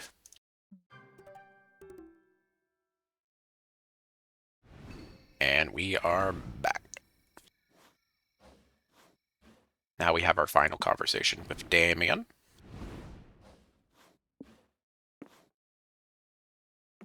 Well, now that you ask, I do have plans for what comes next after school. Lately, I've been thinking, being the Prince of Hell is cool and all that, but that's my birthright. My dads are the fucking best, but what if Dahlia has a point in calling me spoiled little prince? I might end up wanting to reign over hell, but what if I wanted to do something else? I need to leave the royal nest and explore who I want to be, by myself, but paying rent with the gold from the family war chest sounds like cheating. So the first step is getting a job then. Nothing royal, a true entry-level job in hell that I could get it even if I wasn't a LaVey. Damien's Little Big Adventure. Exactly. So recently I started working on my resume. I need to nail that if I want to get a decent job. But most of my past experience is crimes and arson. The resume needs to set some boundaries so they don't take advantage of me and push for horrible work conditions. You give them your hand and they munch your whole frickin' arm, sometimes literally. Doing this right is like a science, and I'm more of a butcher than a surgeon if you get me. I could lend you a hand, as long as you don't munch my whole arm. I would never do that unless it was a sex thing with previous consent. Good to know. But seriously, Stok, you're the best. I know. Okay, let me take a look. For education, you put street smarts. The best kind of smarts. What do you think of my special skills section? Survived in nature for more than 2 weeks. Yes, even pooped in the woods. Can probably survive in the workplace for more than 2 weeks too. Would poop in the workplace if necessary. Okay, yes, definitely let me help you. Fuck yeah! What else should I put on my resume? Okay, this is where difficulty can also come into place, because depending on your difficulty, you can have multiple chances at getting this right.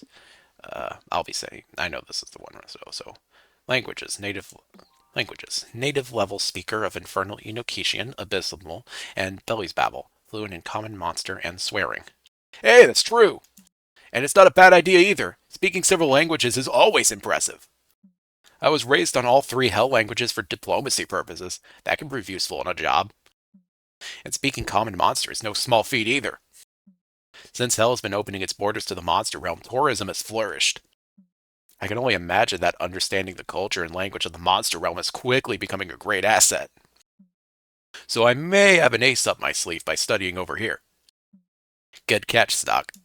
Of course, I totally suggested it because I understand the current socioeconomics of hell. And not because out of all my dumb ideas, this one was the only one that didn't fuck with the presented criteria. What? Nothing. Also, thanks for noticing I'm proficient in swearing. No prob. It's a charming aspect of you, like you could practice with me, if you wanted. You're trying to imply it as part of a sex thing, aren't you? Yes? We'll see, you silly dumbass. For the rest of the night, Damien tries to teach you how to say naughty things in Abyssal tongue. It uses a lot of tongue. You wonder if you could eventually put it to use with him. One day? Who knows? You can choose here if you want to go for a date ending, but that is not what I'm going for.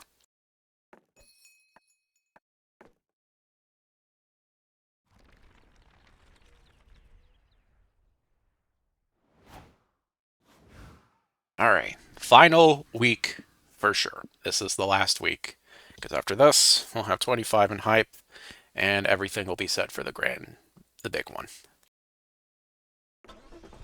Damien, what did you just throw out of the car?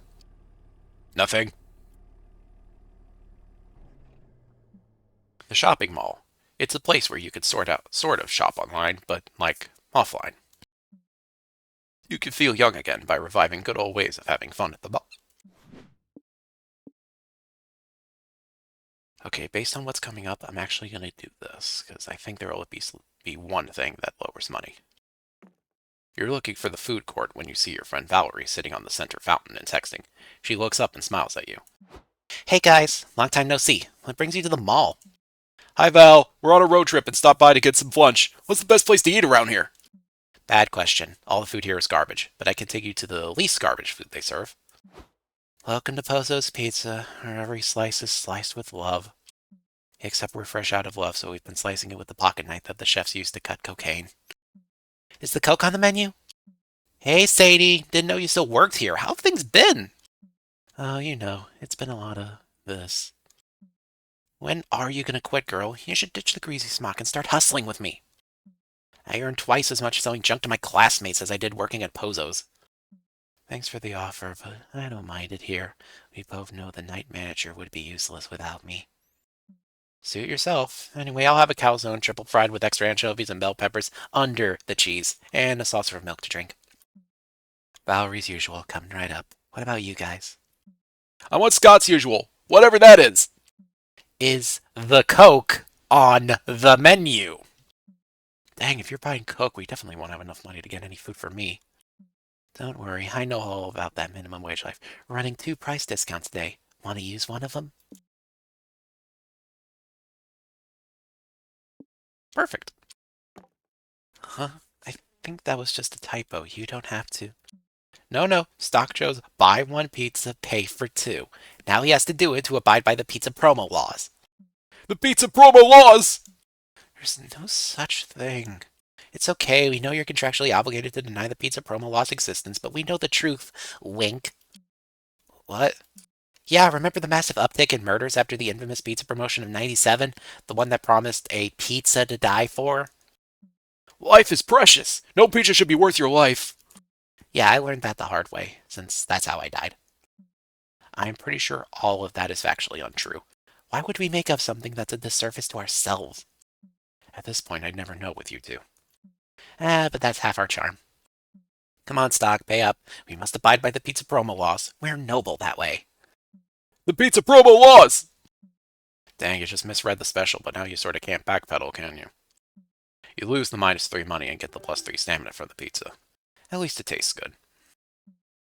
And if you can one day achieve at least half the charm Polly and Scott have, that'd be a win in your book.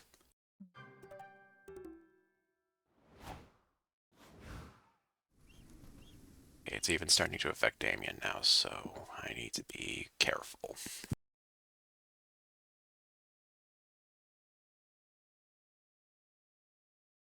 Just doing some math in my head.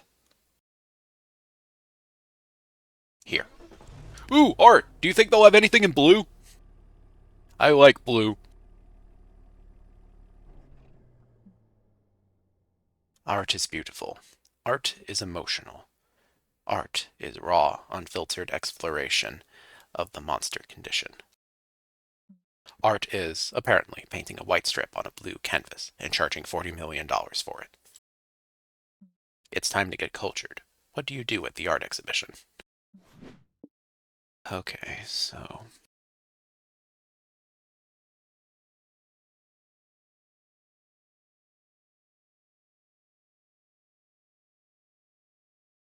Okay, I think I can do that and be safe. Greetings, my friends. Did I hear that you're seeking to do some art interpretation? Yep, he overheard right. And if there's anyone here who knows how to interpret art, it's Liam. Or to put it another way, if there's anyone here who's know-it-all enough to tell other people how to interpret art, it's Liam. Interpreting art takes a sensitive soul, a keenly trained eye, and centuries of studying different schools of art. Now, looking at art is easy. You just play fuck, marry, kill with it. You get points if you have the best reason for what option you chose, because all we know, art and sports are the same. You've got to be kidding me. Art interpretation is so much more complex than playing fuck, marry, kill. Oh yeah? Then why are so many famous art pieces about sex and murder? Checkmate!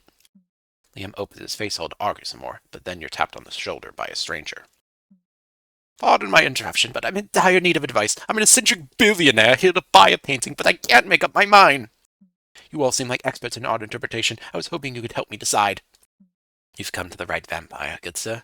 Let me offer you my services. I will kindly write a 30-page dissertation on which piece you should buy. Oh, I'm sorry. I think you misunderstood. I was just wondering if you could look at this painting here and tell me if you would fuck, marry, or kill it. You've got this shit. You take a good look at the art and choose. Come on, brain. Think. Because we're in a danger zone here.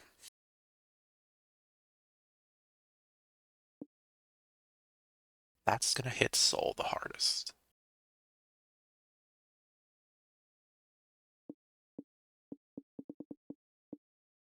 I think that'll hit soul the hardest at least.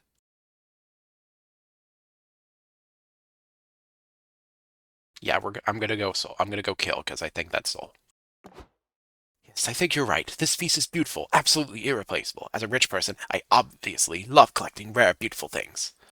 But I'm not just rich, I'm filthy rich! I'm bored of amassing expensive things. I want to destroy expensive things so no one else can have them. Whoa, I'm starting to think that billionaires might not be very nice people.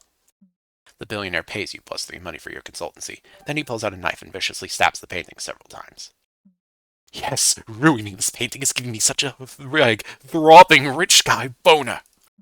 The museum curator was devastated. Apparently, this art exhibition was trying to raise money to send expensive paintings to homeless orphans.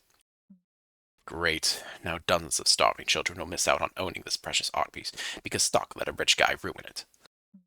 Man, what is this crappy feeling in my gut? Is this the consequences of my actions? Sorry if this is a dumb question, but why don't they just send food to the starving children instead of paintings? Because art is priceless and enriching, Scott. Who needs food when you can feed your soul? You could use that yourself, since you lose 3 soul for ruining a poor child's only chance to stare at an expensive painting. For shame.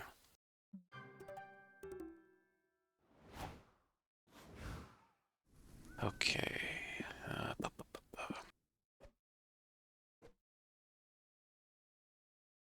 Okay, as long as I don't touch stamina, it'll survive. I'm gonna go here to save soul. Best thing about the road, nothing happens. Okay, I think this is the thing. This is the final part of the last destination. Yes, it is. Okay, we are good on that front.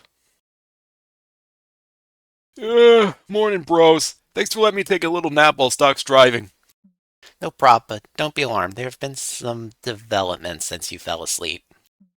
That's one way to put it. The HR rep sitting in front of you all says, "Welcome everyone to Knifeland's open mascot hiring event." Sup? Nice to meet you, ma'am. Thanks for letting my friend Mamimi and I apply for this position. Oh, wow. 1 minute I'm napping, the next I'm about to get a job. I don't know why my grandma made finding a career sound so hard. No, silly, we're not here to actually get jobs. We're gonna bomb this interview and make Sawyer and Mamimi look better by comparison. Oh, really? That's nice of us. Totes, it was always my intention. I definitely didn't see a billboard for this thing, decided I felt like fucking some shit up and forced Stock to pull over. Makes sense to me. Now, let's start with a bit of an unorthodox prompt. Rather than list all your strengths as job candidates, tell me what your biggest weakness is. I can be kind of shy, I guess, but that's why I'm a great fit for a job where I wear a mask all day and barely talk. Mamimi, what's yours? Mamimi takes a long, noisy sip from her energy drink. Emotional unavailability. My biggest weakness is my incurable butt rash. Gross. Don't worry, Mimi, I lied. My butt rash is curable. My biggest weakness is my brutal honesty and that I don't give a fuck about this job and will deliberately fuck it up if given the opportunity. Guess it's your turn now. What's your biggest weakness? Let me think.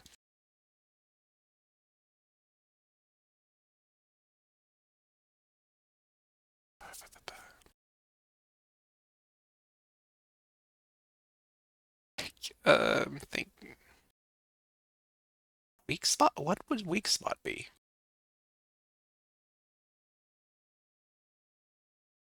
I mean, weaknesses you might be hype, maybe?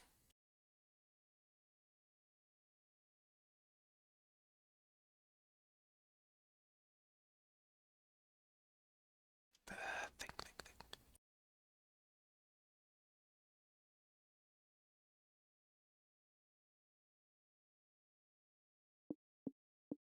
Yeah, that's okay. Wait, it's hype.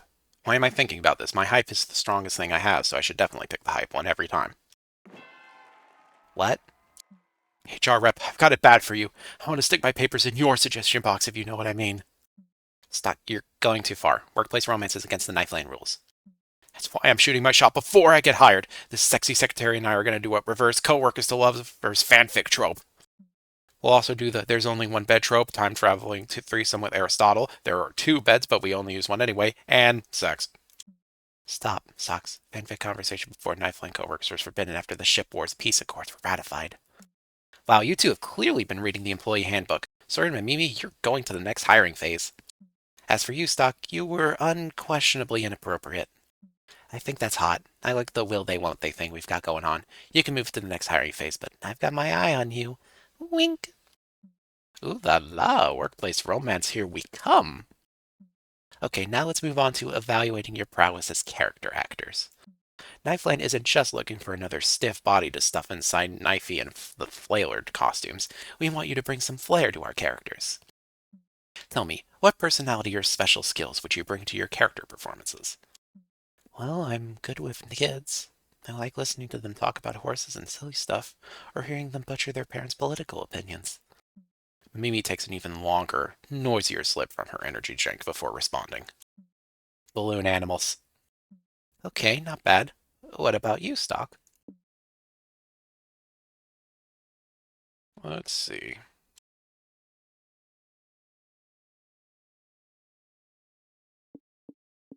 That's getting drunk, so that's probably hype. I don't know if that's something to brag about. No, don't worry. Stok's a fun drunk and has a great silly drunk dance. Shall us, boo? Damn, I gotta admit, that's a top-notch silly drunk dance. Right? And think about it, he'll be in a big mascot costume, so nobody will even see him vomiting. That's a good point. Once again, Stok, it's hard to know if you're a terrible hazard for the park or a very out-of-the-box hire. Can't he be both? No. Speaking of which, can anyone else identify what Stok's doing wrong here? Oh, I know! Stock should do dance hands with his dance. Dancing needs to involve your whole body! Incorrect. Anyone else? I'm gonna go with he shouldn't be drunk at work. Ditto. Correct. Thank goodness at least Sawyer and Mimi have good deductive reasoning, while sober, no less. Stok, you're lucky that dance was so silly, or I'd be tempted to eliminate you here and now. But I suppose we'll see how well you do in the final round. Awesome. You feel accomplished, and a lot better after puking up all that alcohol. Now we're on to the final hiring phase, and it's a big one. Role-playing. Wait, really? Best job interview ever? I don't think it's that kind of role-playing, girl. In this scenario, you spotted a crying child who can't find their parents. I'll be the child. Help me. I can't find my mommy. Nice to meet you, kiddo. I'm Knifey, your sharpest pal. I'll find your mom lickety-split. Shh, don't cry. It's okay. Flailward's here. Flailward's got you. Good work, you two. Way to calm the child and take charge of the situation. Now, Stok, how would you respond?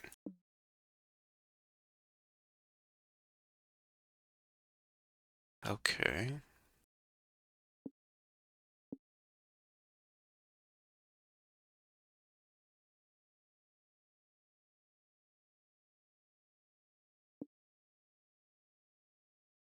I mean, stealing a child is pretty evil, so I'm going to say that's Soul, and since that's the lowest, this wins by default. Before any objections can be made, you've pulled out a sword and are holding it over the HR ref's chest. This girl's parents had better come claim her, or she's getting bisected! Wait, we're actually this child's parents, so don't cut her in half, maybe? Yeah, also just to add, I don't think murdering the HR rep would help us get this job. I'm also this child's mother! What? The plot thickens! Gertrude, I suppose you never told Hugh that he wasn't Wilma's real father. I understand you were trying to save your marriage, but I can't take it anymore. Seeing Stok almost cut Wilma in half opened my eyes. The child is mine, and I want to be part of her life. It's okay, Gertrude. I forgive you for having an affair. I know I wasn't a perfect partner to you either. If Paul here wants to be part of Wilma's life, I know we'll make it work, right? Okay. And scene! Bravo! Excellent roleplay session. Such pathos, such character development. I'm ready to make my decision. Stok, sorry, but we can't hire you. You just don't have that spark we're looking for, and threatening to kill me wasn't a plus. But Sawyer and Mimi, you seem like a perfect fit, knowing the few park rules we have and not jumping to commit crimes at every second. You're hired. Cool. Despite your best efforts, you somehow succeeded at helping Mimi and Sawyer get this job. You gain +5 hype. Alright, now we just have to survive till the end, and we have got this. Are you a government conspiracy theorist? Well, you're about to be. Welcome to the secret government laboratory, where all your favorite politicians order their scientists to play God. There are grisly experiments, mutated creatures, and crimes against monstrosity galore here. What catches your interest? I'm going to say...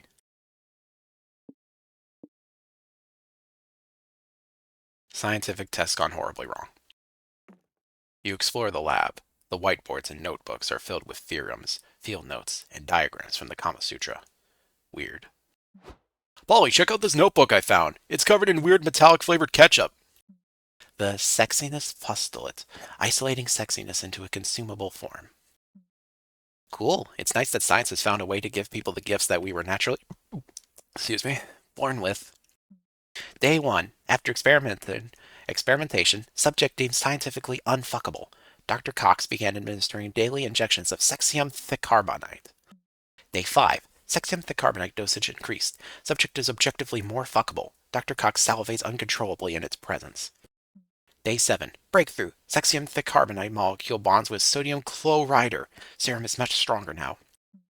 With new serum, subject excels at sexiness experiments. Cock was physically removed from building due to twitching. Day 10. Subject is saved. Too sexy. Cock's dead. If you find this notebook, run now. Before you can decide whether to heed that blatantly expositive advice, you hear something growl from around the corner. It's terrifying. Arousing. Holy shit, is that the creature? I don't know if we should fight, flee, or fuck it. What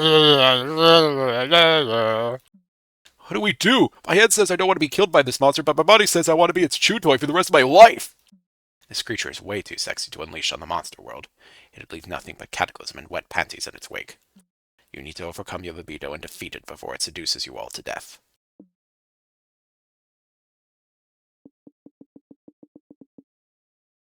That's probably magic. I can't risk that because that would take 9 to 8, 8 to 7, 7 to 6. Mind or hype. I could take a hit in either of those. You start your presentation, ranking every Scandinavian film by how much it made me aware of my own mortality. It's working, Stok. Tell us more about the overuse of Dutch tilt angles in Western thrillers. You say Ingmar Bergman's portrayal of his father is quite damning and fancy Alexander, but far more melancholic and Sondagsban? What accounts for that change? Sorry, Stok, can you repeat slides 1 through the rest of them? You basically lost me at the title page. The sexy creature begins to weep tears of frustration, and its own tears melt into a puddle of goo and a floating thong. Dang, is it weird I'm still kind of attracted to this alien goo? No, I get it. The goo is definitely at least semi-fuckable. True. You gain +3 soul for saving monster kind from that creature's destructive, irresistible sex appeal. But you also lose -3 hype because your Scandinavian film dissertation nearly bored you to tears too. Okay, just one more. Magic up. Perfect. Damien, stop trying to set the car on fire. Polly, stop being a buzzkill! The gas station looks like it was lifted straight out of a children's storybook. A children's storybook where the fantasy heroes drive cars, I guess, but nonetheless. Despite all the weird and whimsical elements, it looks like this gas station still has all the normal functions. What do? Fill the tank.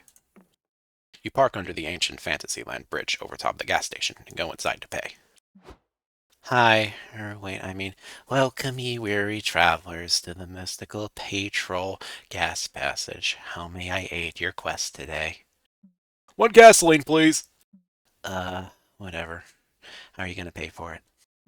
With money, of course. I heard it makes the world go around, and I definitely don't want the world to stop going around, so let's keep spending. Sorry, but Patrol doesn't accept money as a form of payment. What? But you need money. Look, at first I didn't get it either, but let me tell you, these little papers don't these little papers don't look like much, but they can be used to get anything you want. Like right now, I want gas, so I give you the papers, you give me the gas. Then you can give the papers to someone else to get something you want. It's a magical system called econology. Or is it economation? I think it's economy, sir. And trust me when I say that economy is meaningless to trolls. Petrol only accepts magical forms of payment, like dragon scales or cursed lockets or firstborn children. Damn, too bad none of you are having a baby anytime soon, or this would be a lot easier. How else can you magically pay for this gas?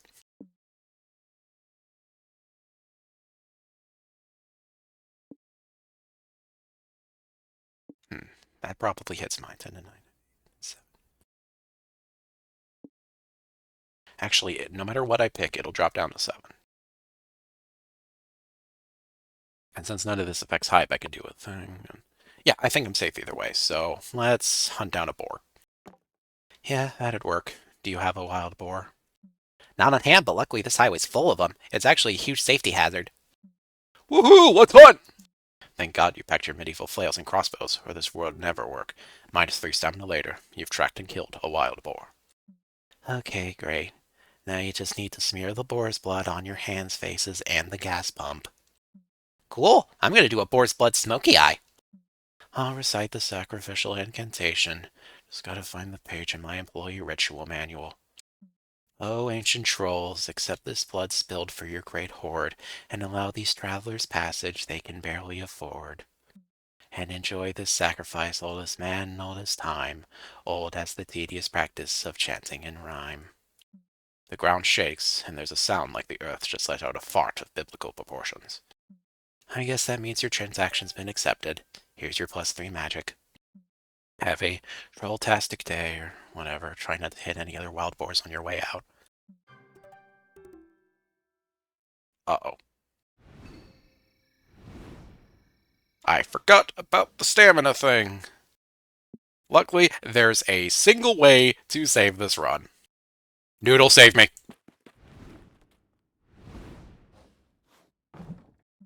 Hey, Stok! I'm running a special just for you!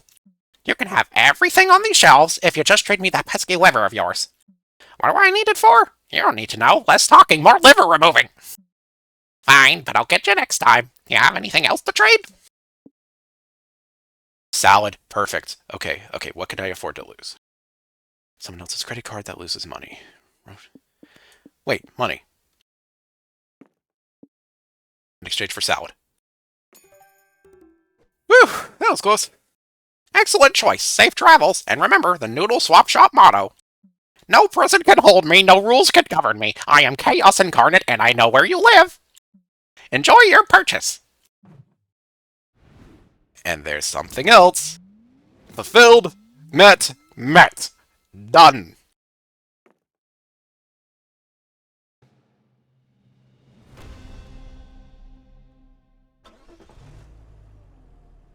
Now we can enjoy our ending.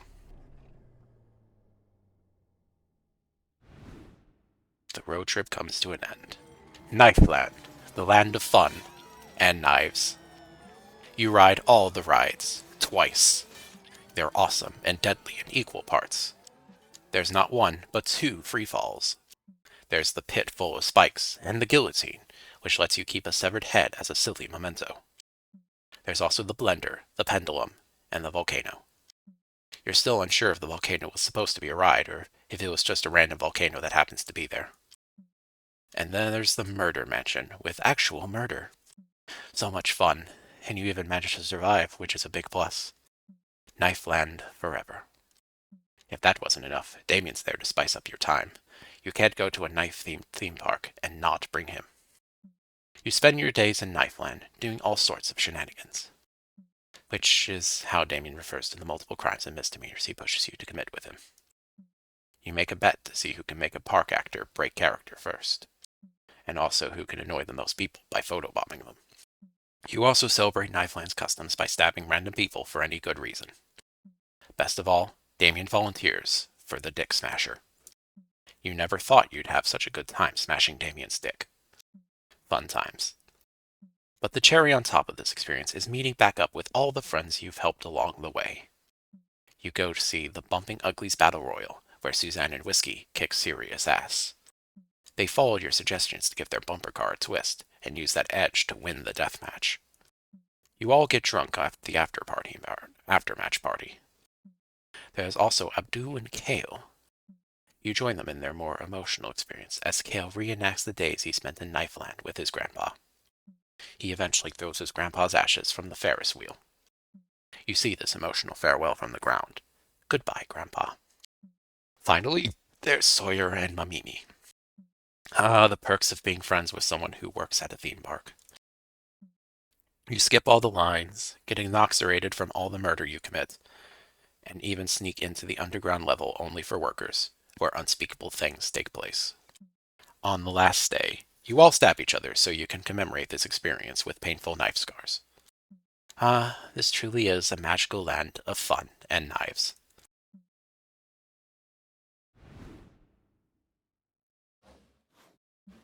Knifeland. Yay! You have the best fucking time in this land of fun and knives. But just having fun isn't enough for you, no. You must conquer Knifeland. And how do you conquer a theme park? Easy, by taking the coolest picture on a ride. You choose the ride Slash and Splash.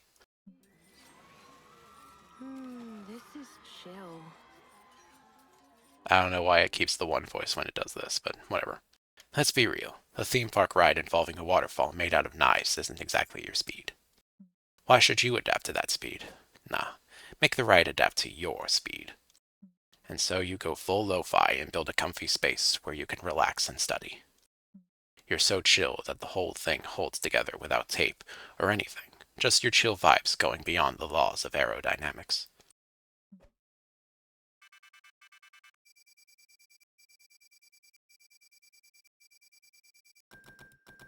And just like that, we have reached the end of our first destination.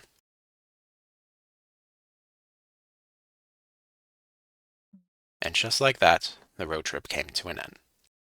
It was full to the brim with danger, fun, and utter nonsense. It was everything we could have expected from a trip with Polly and Scott, and then some. We not only survived the whole thing, but we conquered it and came out different people. It all turned out to be a pilgrimage into self-discovery, a rite of passage, a quest for growth.